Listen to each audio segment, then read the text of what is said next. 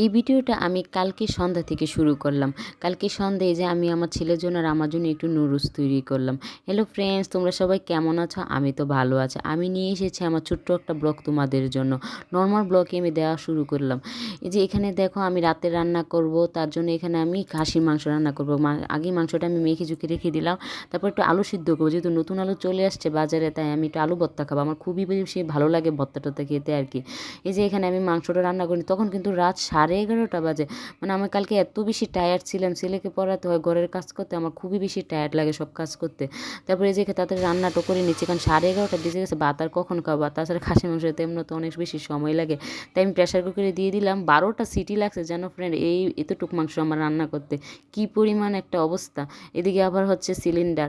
আর এখানে দেখো আমি ভর্তার ভাত নিয়ে নিলাম। আমার ভর্তা দিয়ে ভাত খেতে এত বেশি ভালো লাগে, আর সেটা যদি হয় আলু ভর্তা, তাহলে তো আর মানে আর কোনো কথাই নেই। আলু ভর্তা হচ্ছে সবচেয়ে আমার বেস্ট, খুবই ভালো লাগে। আর সাথে এই যে দেখো এখানে মাটনও নিয়ে নিলাম।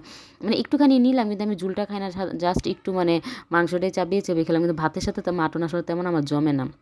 এটা হচ্ছে পরের দিন সকাল। দেখো এখানে আমি আগের দিনই মানে কিছু কাপড় ধুয়ে রাখলাম, সরিয়ে দিলাম। এটা হচ্ছে আমার বারান্দা। তারপর আমি সকালে ব্রেকফাস্ট খেলাম একটু ব্রেড আর চা দিয়ে, যেহেতু আমি ছেলেকে পড়াবো একটু তাড়াতাড়ি করতেছিলাম, বন্ধের দিন আসলে ঘুম থেকে একটু দেরি হয়ে গেছে। এখানে দুপুরে আমি রান্না করব, বাঁধাকপিটা কেটে নিলাম, আর সাথে আলুও দিব, তো এই জন্য আলুটাও কেটে নিলাম।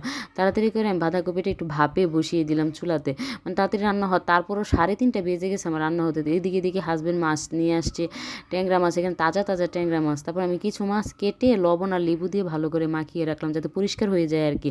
তারপরে এদিকে আমি রাইস কুকারে ভাতটাও বসিয়ে দিলাম, তাড়াতাড়ি করে মাছটাও ভেজে নিচ্ছি। তারপর তাজা তাজা ধনেপাতা নিয়ে, যেহেতু আজকে ছুটি দিয়ে আমার হাজব্যান্ডের অফিস ছুটি, সব কিছু মানে বাজার করে নিয়ে আসছে আর কি। যে এখানে তাজা তাজা ধনেপাতা বাঁধাকপিটা আমি ভেজে নিলাম, আর সাথে হচ্ছে একটু সালাদ তৈরি করলাম, যেহেতু শসাও নিয়ে আসছে, এই জন্য একটু সরিষার তেল দিয়ে আর লেবু দিয়ে মানে একটু সালাদ ভালো তৈরি করলাম। আর এখানে দেখো হচ্ছে আমি ধনিয়া পাতা দিয়ে ঝুলটা রান্না করে নিলাম।